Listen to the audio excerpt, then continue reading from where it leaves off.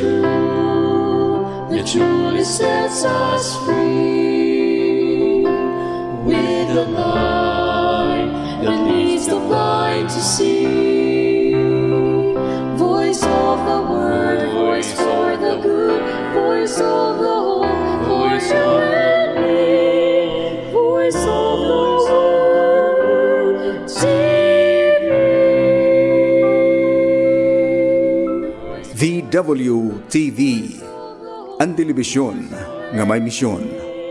Voice of the world, TV.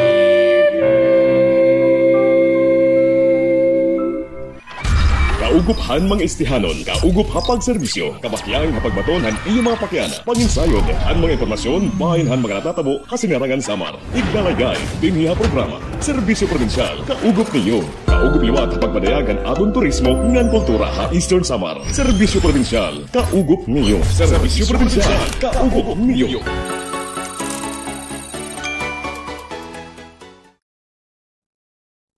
Mopay nga aga atong tanan. Good morning to all. It's Wednesday again. Today is April 9, 2025. Mopay nga orasan nga tanan ng mga istihanon. Hay mga kamuhimumutang parte ang kalibutan.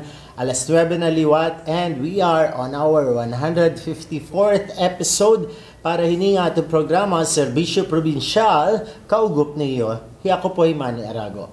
Ini nga programa ginpapadangat haton han buhatan han provincial government pinagi ang liderato ni Governor Ben P. Everdone. Ngan sugod man kan Vice Governor Maricar Sison Gutisan kaupod ang tanan nga aton mga board members di na probinsyan Sinarangan Samar. And of course, welcome ay yung tanan. Today is a holiday, araw ng kagitingan. Hapag kaining list, Day of Valor, you know? And of course, ini nga programa in paghatagin serbisyo dara kay dinhi atong probinsya, tao itun una. And of course, as you can see, solo flight na naman tayo. Dara kay busy ito na kan mga kaupod dinhi. May na nila mga gimbubuhat, si Sir Neil at hipapad yan na. And the other one, Maria Fe Cabil, but di akmaran ko na yung the allocation pagkaya na. But I'm sure, busy gihapon, ano? Today is April 9, happy birthday nga tanan ng mga nagsasalinurog ito ni Rakaadlawan niya na. Happy birthday, Azel. Happy birthday. And of course, advance happy birthday kan Ernst Jolola buwas nga adlaw, ano? So, ano ba yung araw ng kagitingan? Damoy nalilipay kay holiday, ano? Walang pasok sa eskwela, walang pasok sa trabaho. And, but how do we really know what are we celebrating yan ang adlaw? So, siring pangani, araw ng kagitingan na pagkaining less, Day of Valor. So, amoy ni okasyon during World War II, kundi mas referred, mas kilala ini as the Fall of Bataan. Na kundiin dinhi ni nga petsa nagtikang itong death march nga ginbuhat dito ha Bataan kundiin damo anaton mga kasi mga Pilipino in kinurian ha nasabi nga death march namatay. And of course amo ini iton resistance itong mga Pinoy against the Japanese rule during that time. Remember 1941 nagtikang itong Japanese invasion nga niya Pilipinas nga nagtapos niyan ito 1944 ngan ini nga petsa Abril 9 amo ang petsa ang pagtika nga death march. So kaangayon lang nga i-commemorate naton o hinumduman naton ini nga mahinungdanon nga okasyon aparte hiton aton pagiging mga Pilipino.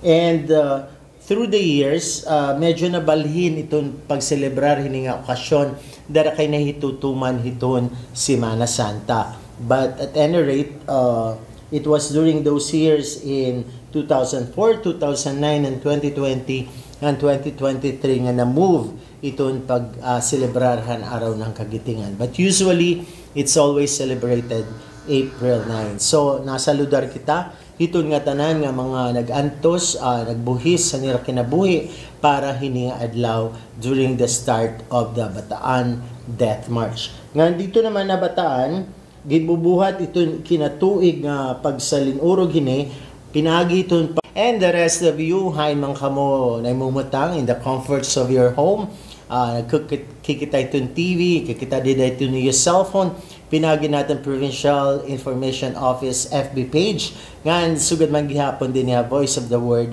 Media Network. Also, we are aired simulcast itong RVFM 89.7. Good morning hayo nga tanan. And tikangan natin na natin pinaagi ito mga nahikay nga impormasyon ngan mga panhitabo. Pinaagi natin Bulig Estehano News Team. Let's watch this.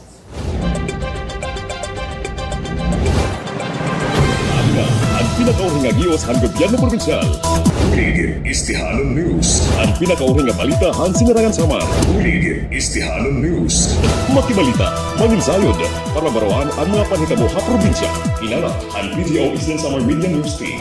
Bulig Estehano News. Bulig Estehano News. Groundbreaking han 1.8 kilometers nga kalsada barangay Kakatmonan ngadto barangay Garawon Ernani Malinam Puson nga gindumara. Adin report ni Jerben Montaliana. Gindumara ang groundbreaking parahan kalsada nga nagdudugtong ha barangay Kakatmunan ngadto ha barangay Garawon na Hernani ha nakalabay nga Abril 6, 2025. Ini nga proyekto in may kahilaban nga usa ka kilometro ngan 8 ka metros nga may pundo nga 13.5 milyones pesos. Suma total ini naghihingyap nga mabuligan ang 705 nga mga individual nga residente na sabi nga mga barangay. Ang groundbreaking ceremony in pinangunahan ng mga opisyalis sa probinsya ha pangunguna ni Board Member R.V. Ivardoni, representante ni Governor Ben Ivardoni, kaupod ni Vice Governor Maricar Sison Gutisan, nganhan mga miyembro han sangguniang panlalawigan, kaupod ang mga opisyalis han bungto ha pangunguna ni Mayor Amado Candido. Dako naman ang pasasalamat han mga residente na suportang igimpakitahan lokal ngan gobyerno probinsyal. Ini nga kalsada in magpapasayon han biyahe ngan magpapadali ang pag-abot han serbisyo ngan nagdudusoy kauswagan han nasabi nga tayaw nga lugar. Sumalahan pinakaurhi nga datos sa Philippine Statistics Authority, ang barangay Kakatmunan in may populasyon nga 103 samtang ang barangay Garawon may populasyon nga naabotin 602. Para Bulig Estehano News, kaugup ha pagbabalita, Jervin Montaliana, aton probinsya, tao itun una. Usang estudyante, Angeline Kempis, natagan ni kaduhang ang tsansa magpadayon pag-eskwela pinaagihan programa, isang profesional, isang pamilya, ang provincial government. Adon report ni Christian Selahas. Usa nga prioridad nga programa ng gobyerno probinsyal han sinirangan Samar ang edukasyon nga inisyatibo ni Governor Ben P. Ivardoni. Usahang benepisyaryohan isang professional isang pamilya program inhi Angeline Kempis nga taga Barangay San Mateo, Ciudad Hitong, Borongan. Hiyain na eskwela ha Eastern Samar State University Borongan Campus nga ang kurso nga Bachelor of Science in Business Administration, major in Basic Economics.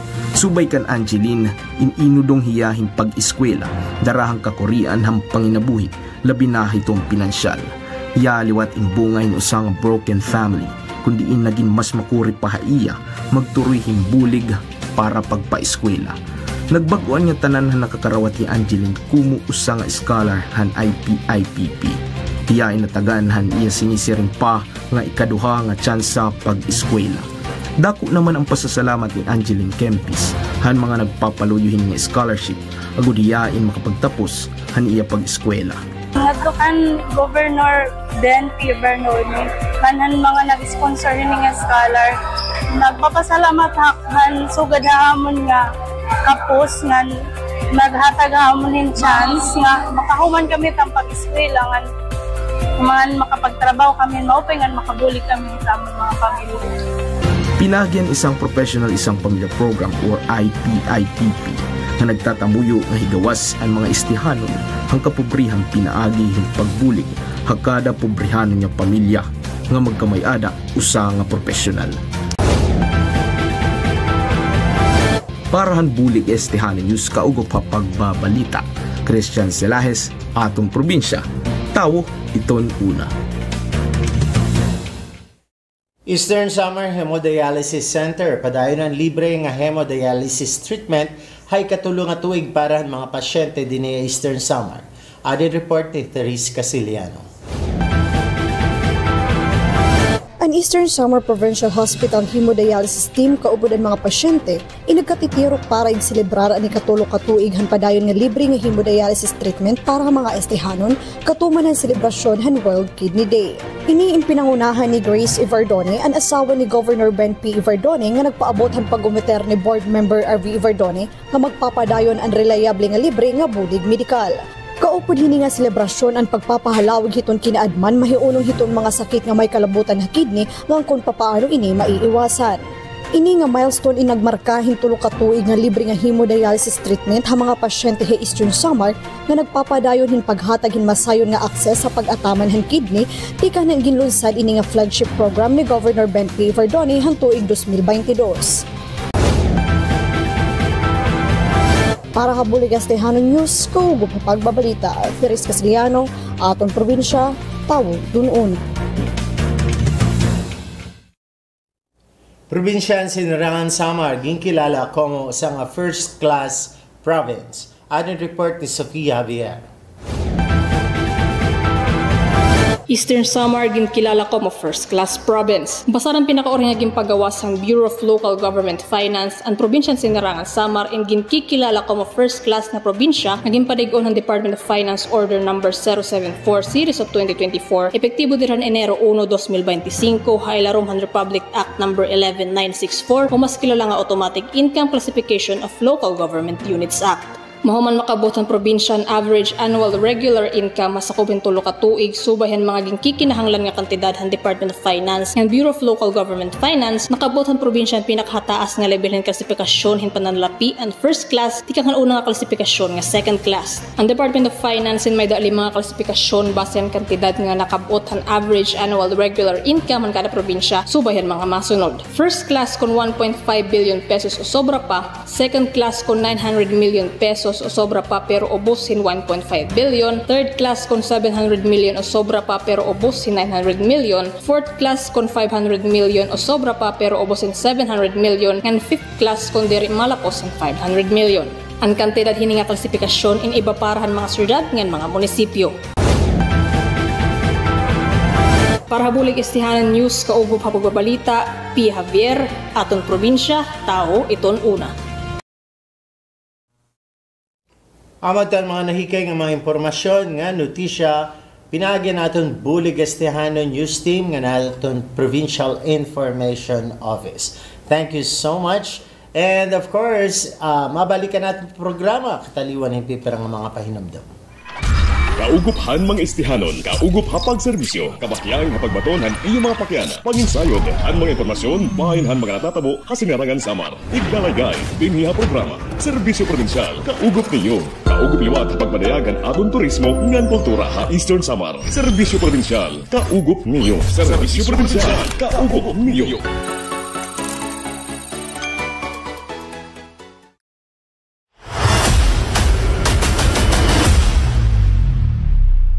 Na waray namon na para nagbugas full day po. Nakasa na lakit sa bawo ni lihit karinderya. Po na nagtutuyo na la. Inuliak ka balay nanunuro anak luka. So wala ko manadukat. Nanunuro anak luka inuliak. Time hadto nga wara kunta na tuunon. Tagsan lag akin humay. Kintuon. Di na akin na usa ko nga bugto. Waray. Mula maturitas a 50 pesos ay maghapong pagkakasahe. Di ko alam kung talagang maraming harang. Tasang bakot, gugulag-gulag lang ako kayo. Kahit sa dami na pera nyo, walang kung ano makapagpalingon.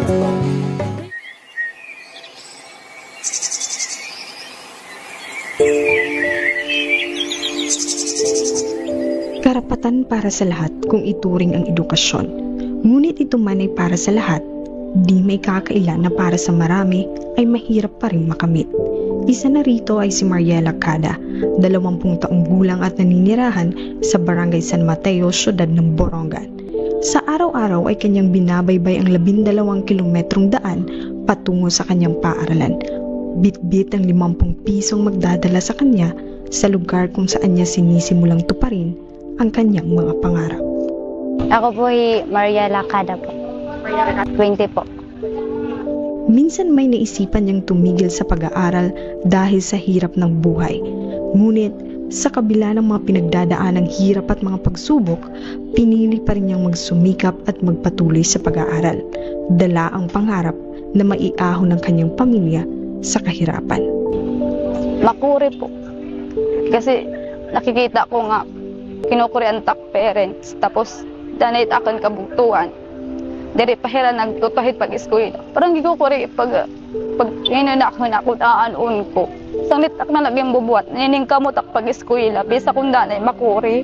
Bisa kung danay gusto ko na lang mag-give up. Pero kailangan ko makatapos para parang may ahon ko gihapit akin itak family. Dinit siya nga kakurian. Madalas nakapos at hindi sapat ang kita ng magulang.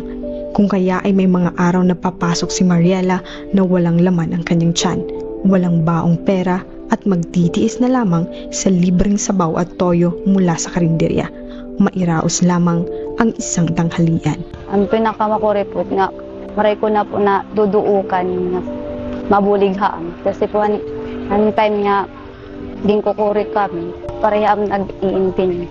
Hanura po kami nakakaon, wala nang bugas kami. Daning nagadla, naasa na lakit, sabaw nilihit karinderya. Daning tutuyo na la, pagwaray talaga. Sa pagtustos ng kanilang mga pang-araw-araw na pangangailangan, sa pagsasaka at pagtatanim ng mga gulay, umaasa ang pamilya ni Mariela. Panana, nagbobulig kami ng mag-asawa para itak mga anak ko doon ka-eskwela. Pagsapit ng araw ng Sabado, maagang gigising si Mariela para itinda ang kanilang mga produkto. Tinta tabo na. Di dahil merkado, Mariela it nagtitinda. Hiyapit na narahin nagtitinda para uninahit kaagahan, alas 3, mati kang hiyap pagtinda. Ngunit anumang sipag at pagsusumikap, dumarating pa rin ang araw na kapos at wala silang malapitan kahit nakapamilya. So kakuntahin wara na danit yan nanunuro itluha. Inuliak kabalay nanunuro anak luha. Kawara ko manadukan, nanunuro anak luha, inuliak. Time had to nga wara kunta na tuunon. Ang sanlag akin humay. Kintuon na. Di na akin sa ko nga bugto. Waray. Nag-i-ista po anay hitkoan. Na-absent pera ka days. Pero itatay kasi, bisa may dani ay naabat, di po matiya giniinda. Patuloy lahi, kay kasi iyat siri. Pag umudong nga hiyahit pag trabaho, waray na kukuan. Mga estudyanteng kapos, ngunit nagsusumikap na makapagtapos ang dahilan kung bakit mayroong isang professional, isang pamilya program o IPIPP. Makatapos talaga, makaahunihin nga, yan nga kakurian nga amon kinamumutang. Kasi di ba, pag nakakatapos, damit opportunity nga nayahatag ng mga trabahoan. So guys, damit mga trabaho nga nayahatag at mga opportunity nga imahikikitaan. Dila din hiha sa Philippines, tamo lewatit ha ibang bansa. Sa pagsusumikap ni Governor Ben P. Verdoni, isa si Mariela sa mga estudyanteng may matinding pangarap sa buhay ang natutulungan ng programang ito na magpatuloy sa kanyang pag-aaral at mapagaan ang kanyang pangangailangang pinansyal. Basta may dakula po 50 pesos, nga may kulak mahipanggas po anak motor, di na po akit makanhol, di akin po magkul. Basta maka-eskwela po, kasi anak yung bubuhay. Dahil dito, lubos ang kanyang pasasalamat sa gobernador at sa mga taong sumusuporta sa nasabing programa.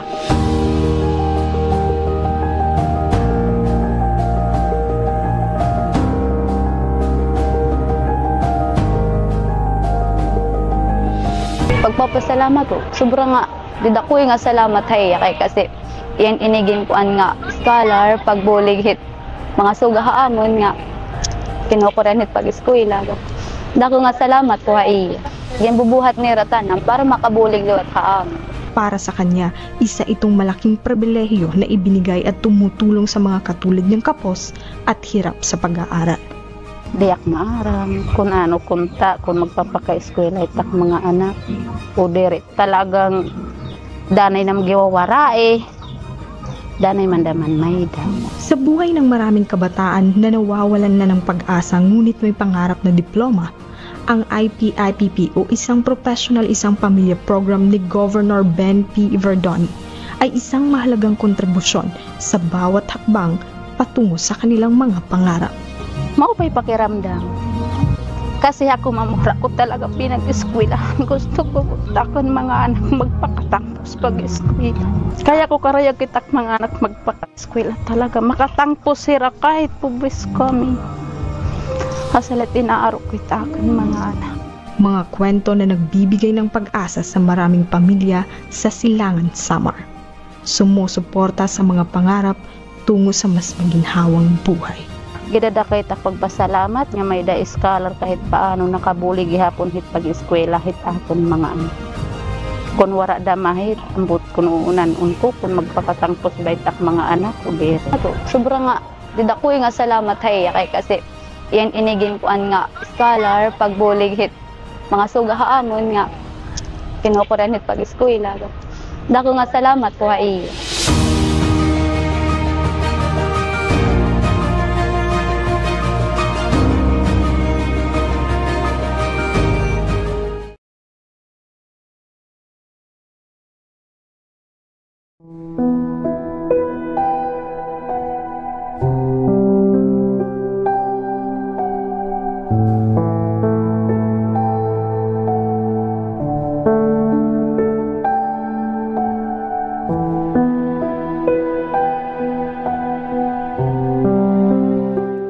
Education is often held as the greatest key holder, as it opens the door to employment opportunities, resources, and skills that empower individuals to not only survive but also succeed in life. However, to some, the journey is a battlefield. Para ko nung sasabi ko din nagpapasalamat. Ay, number one na ginawa yung atanan. Tibulig hindi mo pwede yung nabubuligan mga katawan. Hindi ka mo't mga kakorean, sugahamon, mga kablasan. Hindi ko lang makuha na po nyo. Walawaan na kayo, nalilipay ako, nagpapasalamat sa inyo. A responsible father, 60-year-old farmer Jesus Harabelo, embarks on a daily challenging one-hour journey by paddle boat to reach his farm, their source of living. After a full day of work, he faces another hour-long trip, arriving home by 5 or 6 in the evening. Pag-uma, may da na mapaglulukad talagudti. Magkakapian ay pag mamahaw nga dito, trabaho nga dito uma. Kung lan sa mga 15 minutes adto na, sayay mo lang, baluto lang. Sa ka-oras siguro, sakay. Alas 5, sugay alas 6, nga nalapos na oras at pag-uuli. From a family who struggles financially, Mr. Harabelo exemplifies the dedication and hard work of parents striving to provide their child a brighter future. Due to their financial situation, Adjenica must manage a weekly allowance of 500 pesos to cover food, school fees, other necessities, and transportation expenses. Adjenica po, Harabelo, 22, 500. Depende po it may da nera. 1,000 yan may da konta nera dahil na madamawara. Ada na hit boarding house, 800. Tak mga pagkaon, bugas, nga tanan nga allowance, mga arag. Research, pasahe pala, tag porte, palikan. Danay ado ka sa naha Dolores. Kay nakiki-star na lang dito danay, ngayon nakikihigda. Driven by her dream of becoming a businesswoman, 22-year-old Adjenica Doque Harabelo from Barangay Salvacion pursues her education at Eastern Samar State University, Canavid Campus. Na-inspired lang, kakilala. Yung business, hilig ko kasi mag-business damo. During her second year in college, through the efforts of the provincial government of Eastern Samar, led by Governor Ben P. Ivardoni, Adjenica was introduced to the Isang Professional Isang Pamilya program. Fortunately enough, she became one of its beneficiaries. Napili po kay wala pa nag-graduate ha, ang hindi ako malangada maan anak na eskwela. May dawat na singanihi. Tapos si kapitan naman ko na nagkuan. Dida po nila pag-sharing, pag ano si kapitan. Mag-second year po ako. When asked about how she spent her first Isang Professional Isang Pamilya program allowance, she answered, Uniform. Hanak pag-eskwela, kridahan ako ng boarding house, mga pagkaon, nag-stock walking bugas, mga grocery. Tangatin, opo, kaya kumakasing para maiha. Ngayon, kompleto na mga grocery sa siya po na nakapiyamali ito. Nanakon mga aramutan, dako nga bulig, pagkat research, nagsisavings po ako, hasibana. Asya kasi taking bubat para po, pag di pa nangungubra, may dako nga bulig, kaya hand processor ang gipit. Despite having her own child in the face of achieving her dreams and all the challenges her family is going through, her parents displayed unwavering support for her. Dapat ak pagpasalamat ta iyo kay tungod iyo sakripisyo nakaka-eskwela kin maupay. Maswerte kasi akit iba nga bata kay ako nakaka-eskwela po ako.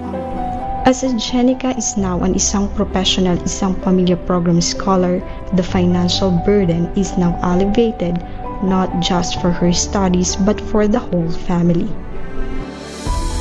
Dako gadaman gibaguhan na kabulig na iban-ibanan kan budget namon hay in guti. Salamat sa Diyos nga nakaabot yan. Sugad ang bulig naman gobyerno tapos sa amin. Pero kung nung sasabi ko din, nagpapasalamat. Ay, number 1 na aginawa iyo nga tanong. Tibulig amin. Hindi mo pwede yung nabubuligan mga katawan. Hindi ka mga kakorean, sugahamon, mga paglasan. Hindi ko lang pwede nalilipay ako. Nagpapasalamat sa iyo. Now, a fourth-year Bachelor of Science in Business Administration student, Jenica remains dedicated and hardworking, striving for success. Itak masisiring po, dako po nga salamat nga inhimo po nga instrumento para kami mabuligan sa mga makuri. Asya po nga nagpapasalamat at nga napili po nga tam barangay nga mabuligan scholar.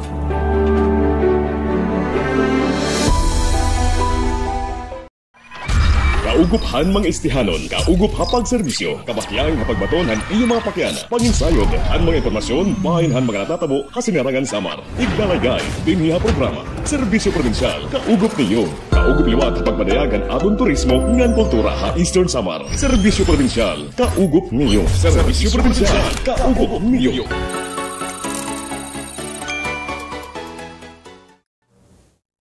Yes, mga kasangkayan, balik kita na itong programa, Serbisyo Provincial, kaugup niyo. Ako'y Manny Arago. And of course, we are on our 154th episode diyan ang adlaw. And kanina di na natin bulig Estehano News, may ada natin notisya, bahin iton probinsya Sinarangan Samar, como classified na as a first class province. Ano? Niyan pa ini nagtikang January 1, 2025. Iniinsubay hiton pagklasipikar han probinsya as a first-class province, subay hiton mga reglamentos or mga requirements hiton Department of Budget and Management. So, ano iton implikasyon hiton pagiging usang first-class province? Ano it magiging benepisyo hini para haaton nga mga Estehanon? Siyahan magkakamayada hin mamahitaas nga revenue allocation. Ito sa nga first-class province, in magkakamayada hataas nga share iton internal revenue allotment or IRA na mas kilala na yan nga national tax allotment. Nga kundiin, pwede ini gamiton nga pagpondo para iton mga essential public services, infrastructure nga development projects. So, may nanumduman natin nga during the pandemic darahiton very poor tax collection during those 2 years na ibanan an internal revenue allocation ng probinsya in something like 300 million and somehow nakasurvive kita.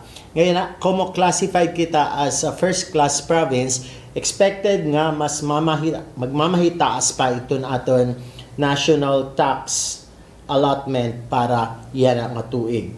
Ikaduha, iton enhanced investment opportunities. Magkakamayada hin mamahitaas nga tsansa hin para magkamayada hin mga investment opportunities para iton aton probinsya. Nga magkakamayada pagpapamatuod nga mayada economic potential nga financial stability, leading to more business establishments, job creation, and overall economic growth. Kasi naman, kung isa kang negosyante, kay ano nga, diri ka mag-i-invest in sa nga lugar nga, stable man ito niya economy nga natin kahatas pa.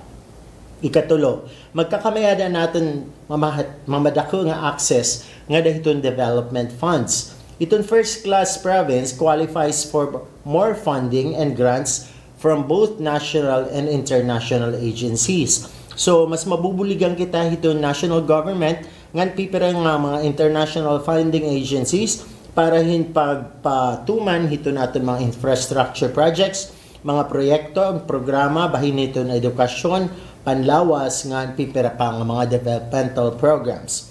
Ikaapat, magkakamayada hin improved public services. Kung mag-i-increase ito natin revenue, itong probinsya ay magkakamayada gihapon pagdukwag pa itong mga basic services para itong healthcare, education, public transportation, and waste management.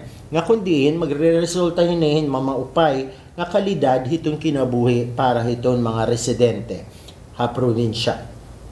Ikalima, stronger credit worthiness. Itong klasifikasyon natin como sa nga first-class province in maghahatag-haton hin seguridad para hitong funding para hitong mga major projects. Greater recognition. Achieving first-class province boosts the province profile nationally, making it more appealing to tourists, businesses, and organizations looking to partners in various ventures. Although di pagangani kita na higagawa siton one of the poorest provinces, but we are getting there. Kasi nga, pagka classified na kita as a first-class province, mas kikitaan nito mga investors nga pwede hira magsulod dito nila mga negosyo din he. Increased autonomy. Ito natin probinsya como sa nga first-class province gains greater financial independence and autonomy in managing ito natin kalugarin ng mga resources nga kundi maghatag inahin mga better planning ngan implementasyon ito mga programa subay ito natin mga panginahanglan. Ikawalo, improved local employment. Ito economic development and business expansion darahiton aton pagiging first-class province in maghihimo mamadamo ang panarabahoan ng mga oportunidad para iton mga residents. And of course, magkakamayadahin boost in tourism. Itong classification often highlights itong progreso ito na sa mga probinsya nga kundiin mas nagiging attractive ini nga dayton mga tourist kundiin kinikita nga ini maghahatagin suporta para mga local businesses nga nito naton kalugarin nga economy. Como usa nga first-class province, ito naton probinsya naghahatag or naglalagay ito niya groundwork para hin long-term growth nga development kundiin magbenepisyo iton mga tao nga masisiguro iton sustainable future. So congratulations nga tanan nga mga estehanon, and of course congratulations to the provincial government headed by Governor Ben P. Evardone para hining maupay nga notisya como klasifikasyon itong probinsya Sinarangan Samar as a first-class province from second-class province for quite a long time. Yan na first-class province na kita. Ibig sabihin nila itong aton income or itong aton economy is 800 million and above. Sanglit na classify na kita hini. For the longest time kasi diniya Region 8 duduhala ang probinsya nga classified as first-class province. And Leyte and of course yung Samar province. So yan na, upod na itong Eastern Samar as one of the first-class provinces in the region and also in the country. So thank you so much. Sana magburubligla gihapon kita para naman itong kaupayan. Ngan pagsiguro nga magiging sustainable ini nga atong klasifikasyon. And of course, we are looking for a bright future ahead. Thank you so much. And halayin nga bahin, mga kasangkayan, today is April 9. So that means there are 32 days left antes iton piniliay iton Mayo 12. And there are only 30 days left para hiton gimbubuhat nga kampanya, especially for our local candidates. Medyo okay na ba kayo? Okay pa ba kayo? With all those campaign materials ngayon kinikita hagawas or ito mga binabati nga mga campaign jingles para ito na mga local candidates. Anyway, so harula ba pa itong panahon? You have 30 days for the campaign period, 32 days to decide kung hino ito naton pipilion nga aton magiging leader para itong sunod nga tulo ka tuig. Okay? Both in the national level and dirahiton aton local leadership.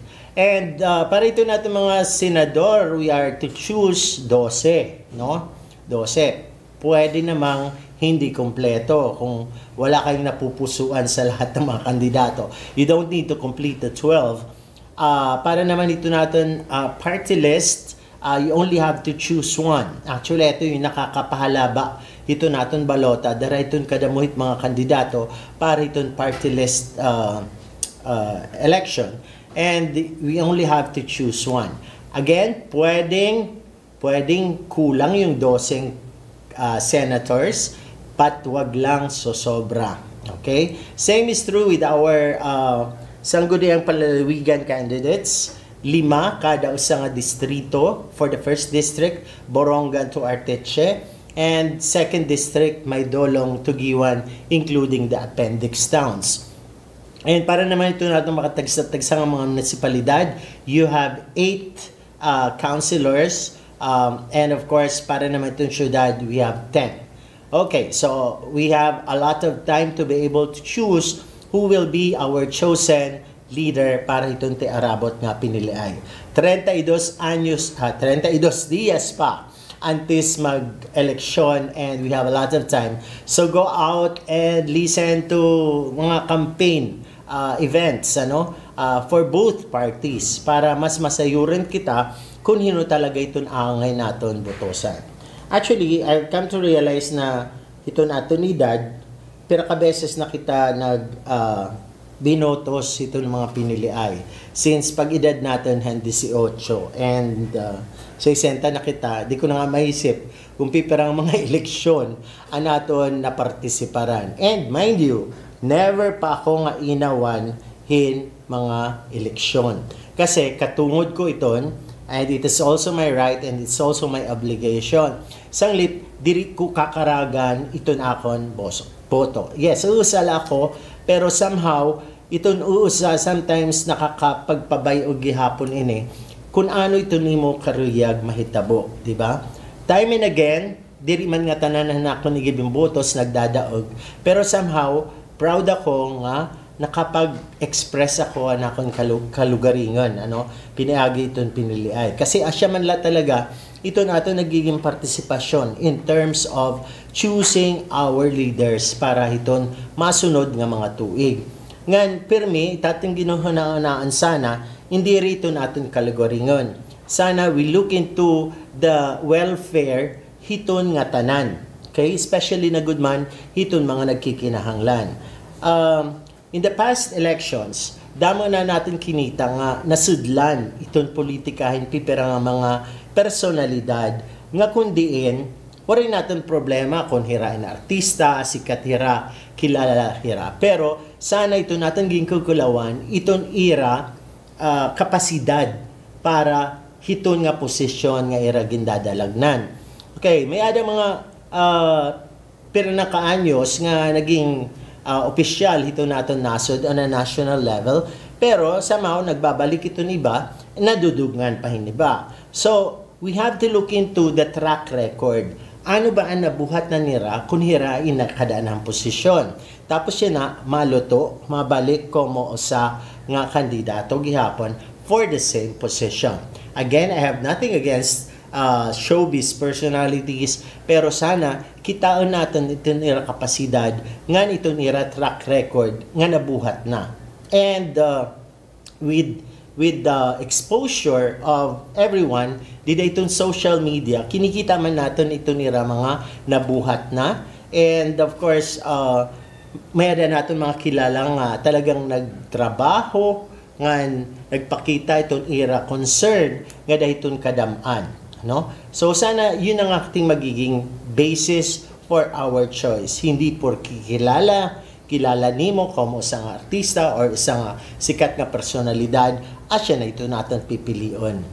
Pag ino-ino kita, pag-adman natin kung ano ito nira kapasidad, nga pili kita hiton kaangayan, nga makakabulig, nga makakapagpaupay, hiton aton kabubuas nun, hiton aton komunidad, hiton aton probinsya, hiton aton nasun. So, napaka-importante na again, you still have something like 32 days before you decide. And importante nga pamatian natin nga tanan, ito nila mga pinamulungan, pinagi ito nila mga campaign rallies nga ginbubuhat, and pamatian natin kung hinut may ada solido, tinuod, nga sincero nga plataforma para han kaupayan han nga tanan. So, opinion ko la po ini. Again, I'm not voting for myself. I am voting for the community, especially those people who are in need. Sana diri kita pumadara, hinbisan ano pa man, kundi iton rason para hiton mamaupay nga kabubuwason para haton nga tanan.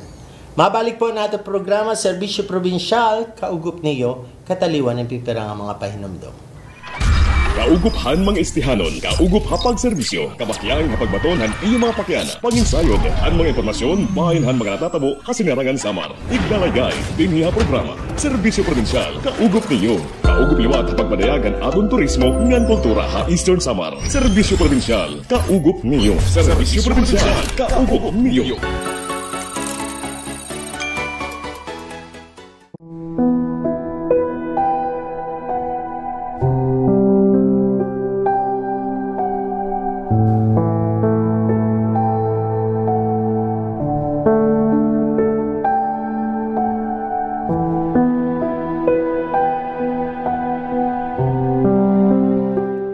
Education is often held as the greatest key holder, as it opens the door to employment opportunities, resources, and skills that empower individuals to not only survive but also succeed in life. However, to some, the journey is a battlefield. Wala ko nung sasabi ko din, nagpapasalamat. Ay, number 1 na ginawa yung tanan, tibulig hindi mo pwede yung nabubuligan mga katawan.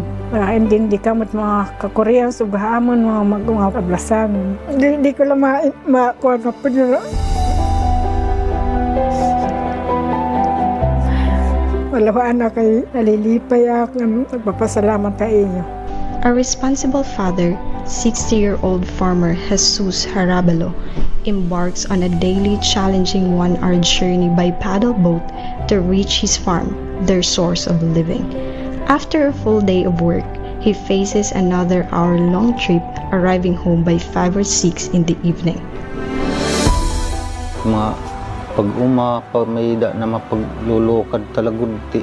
Magkakapian ay pag-mamahaw nga dito trabaho nga dito uma. Kung lan sa mga 15 minutes adto na. Sayay mo lang, balutol. Sa ka-oras siguro, sakay. Alas 5, sugay alas 6. Nalapos na oras at pag-uuli. From a family who struggles financially, Mr. Harabalo exemplifies the dedication and hard work of parents striving to provide their child a brighter future. Due to their financial situation, Jenica must manage a weekly allowance of 500 pesos to cover food, school fees, other necessities, and transportation expenses. Jenica po, Harabilo, 22, 500. Depende po it may da nera. 1,000 yan may da konta nera tal na madamawara. Ada na hit boarding house, 800. Tak mga pagkaon, bugas nga tanan nga allowance, mga arag. Research, pasahe pala tag porte, balikan. Dani ado ka sa naha Dolores. Kay nakiki-star na laak dito danay ngayon nakikihigda. Driven by her dream of becoming a businesswoman, 22-year-old Jenica Doque Harabalo from Barangay Salvacion pursues her education at Eastern Samar State University, Canavid Campus. Na-inspired lang, kakilala. Yung business, hilig ko kasi mag-business damo. During her second year in college, through the efforts of the provincial government of Eastern Samar led by Governor Ben P. Ivardoni, Adjenica was introduced to the Isang Professional Isang Pamilya program. Fortunately enough, she became one of its beneficiaries. Napili po kay wala pa nag-graduate ang hindi ako malangan anak na eskwela. May dawat na singanihi. Tapos si kapitan naman ko na nagkuan. Dida po nila pag-sharing, pag anong si kapitan. Mag-second year po ako. When asked about how she spent her first Isang Professional Isang Pamilya program allowance, she answered, uniform. Hanak pag-eskwela, kridahan ako ng boarding house, mga pagkaon, nag-stock walk-in bugas, mga grocery. Kangatin, opo, kaya kumakasing para maiha. Ngayon, kompleto na mga grocery sa siya po, na nakapiyama rito. Nanakon mga aramutan, dako nga bulig, pagkat research, nagsisavings po ako, hasibana. Asya kasi taking bubat para po, pag di pa nangungubra, may dako nga bulig, kaya 100% ak gipit.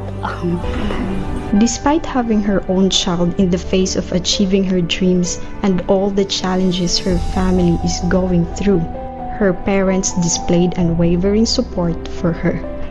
Dapat ak pagpasalamat ta iyo kay tungod ito sakripisyo nakaka-eskwela kin maupay. Maswerte kasi akit iba nga bata kay ako nakaka-eskwela po ako.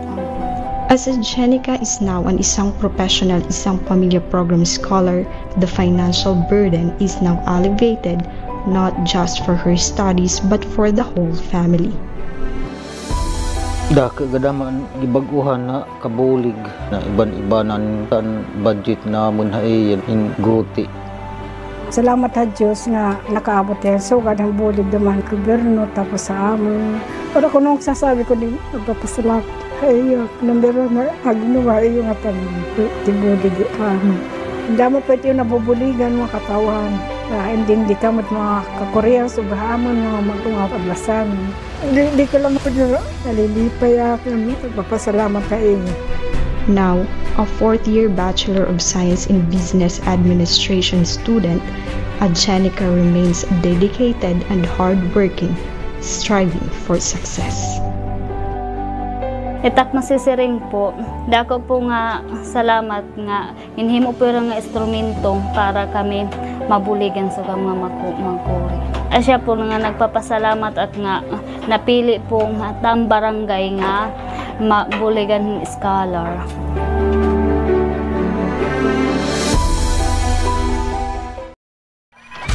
Kauguphan mga istihanon, kaugup hapag serbisyo, kabakyang hapagbatonhan iyo mga pakyana, panginsayod, han mga impormasyon, bahinhan mga natatabo, hasingarangan samar, igdalagay, dinhiha programa, serbisyo provinsyal, kaugup niyo, kaugup liwat hapagmadayagan atong turismo, ngan kultura ha Eastern Samar, serbisyo provinsyal, kaugup niyo, serbisyo provinsyal, kaugup niyo.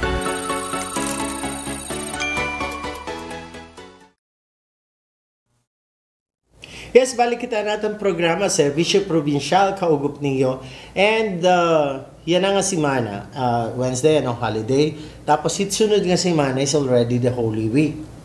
So, eto yung panahon na sinisingabot para itong mga pipirang mga tao to be able to go out, have a vacation, and relax. Siring pa kanin natin for the longest time din ng ating programa para ito natin kada na segment. Diri niyo kinahanglan pumaharayo para makapag-relax, makapagbakasyon, and at the same time, mas maging mahinungdanon ito natin pagdumara, ito natin Semana Santa.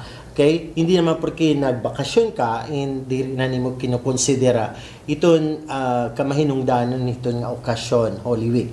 You can do church visits or itong bisita iglesia, itong magkalaylay niya itong mga simbahan din from here, Borongan, up to Giwan, or from here, Borongan, up to Arteche. Kita mo itong mga simbahan nga pwede natin mabisita. Sugad man, for the longest time, ayan na natin nga pinapakita din natin programa, itong magkalain-lain nga mga tourist attractions and destinations din natin probinsya. So, kung mo estehanon, dapat diri kita napalugi. Dapat maaram kita nga nakadtuan na natin ini nga mga lugar. And sa ito natin i-feature yan na usay itong mga giupay nga natural nga karadtuan dito habungtuan giwan amo ini an Linaw Cave. So itong Linaw Cave is just a few meters away from the highway. Maglalakad-lakad ta something like 10 to 15 minutes depende ito nimo pace. May ada nira tour guide nga makadto ka mo hiton nga Linaw Cave. May ada pa agian na kundiin masuhot ka mo hing kuweba tapos maglatay ka mo hing gutay nga kahoy. May ada naman niya as this rope nga pwede ning kaptan and mahingangad to kanahan pinaka main cave nga kundi kikitaon nimo itong klaruhi nga brackish water. Ano yung nga brackish water? It's a combination iton fresh water nga sea water. So dar kay parang itong tubig initikang han ilarumang kuweba. So giupaye pag pariguan, pag relax and very instagrammable iton iya itsura, itiga ambience, ano? So, kada na mga kasangkayan, bisitahan natin ang Linaw Cave dito sa Kiwan, Eastern Samar. Let's watch this. Kada na ngadtuhan mga mag-anyag nga lugarhan, probinsya ug pangilalaan han atong kultura. Kada na. Kada na.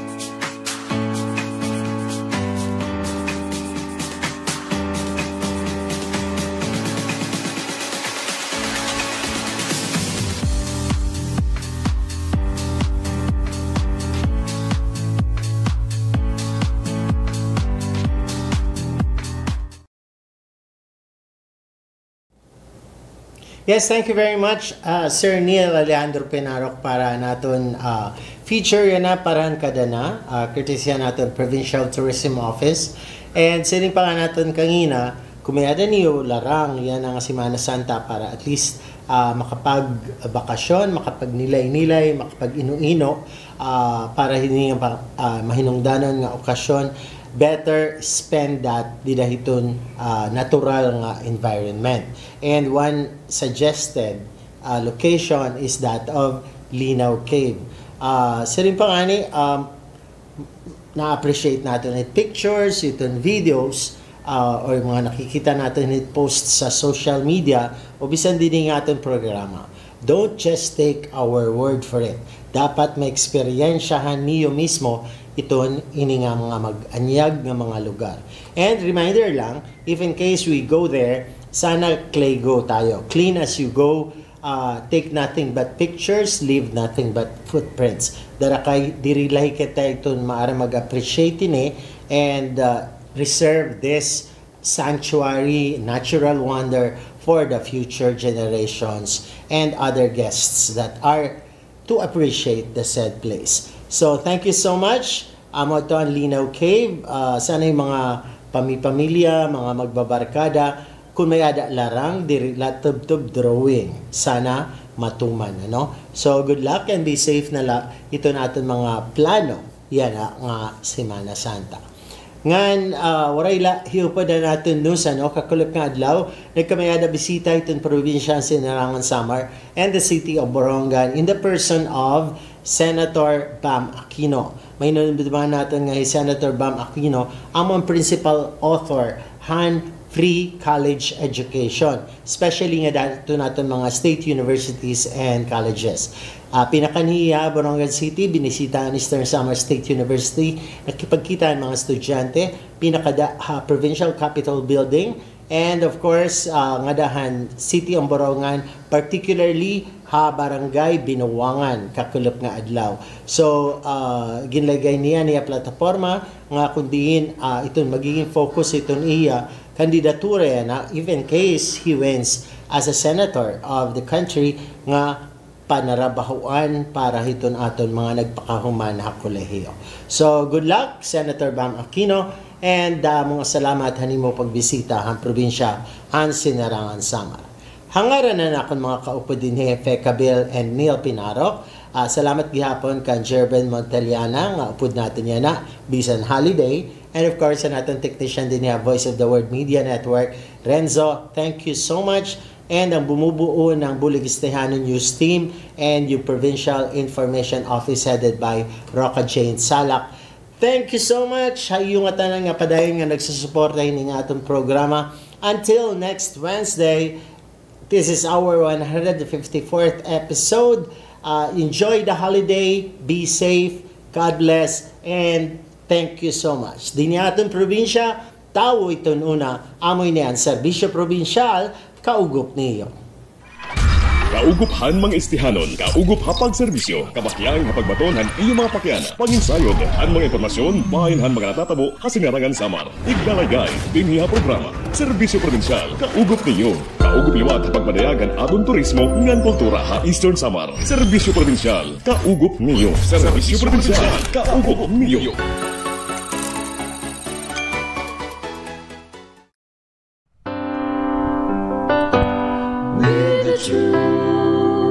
That truly sets us free, with the light that leads the blind to see.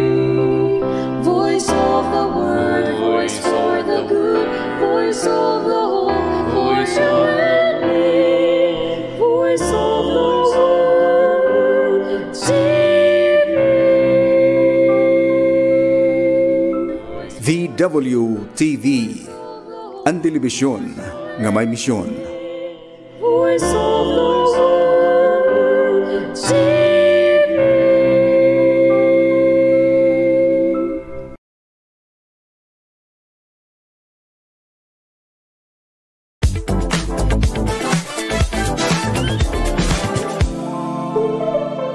Dahil tumatakbo pa rin sa pagka-mayor ng Davao City si dating Pangulong Rodrigo Duterte, pero ngayon ay nakadetain siya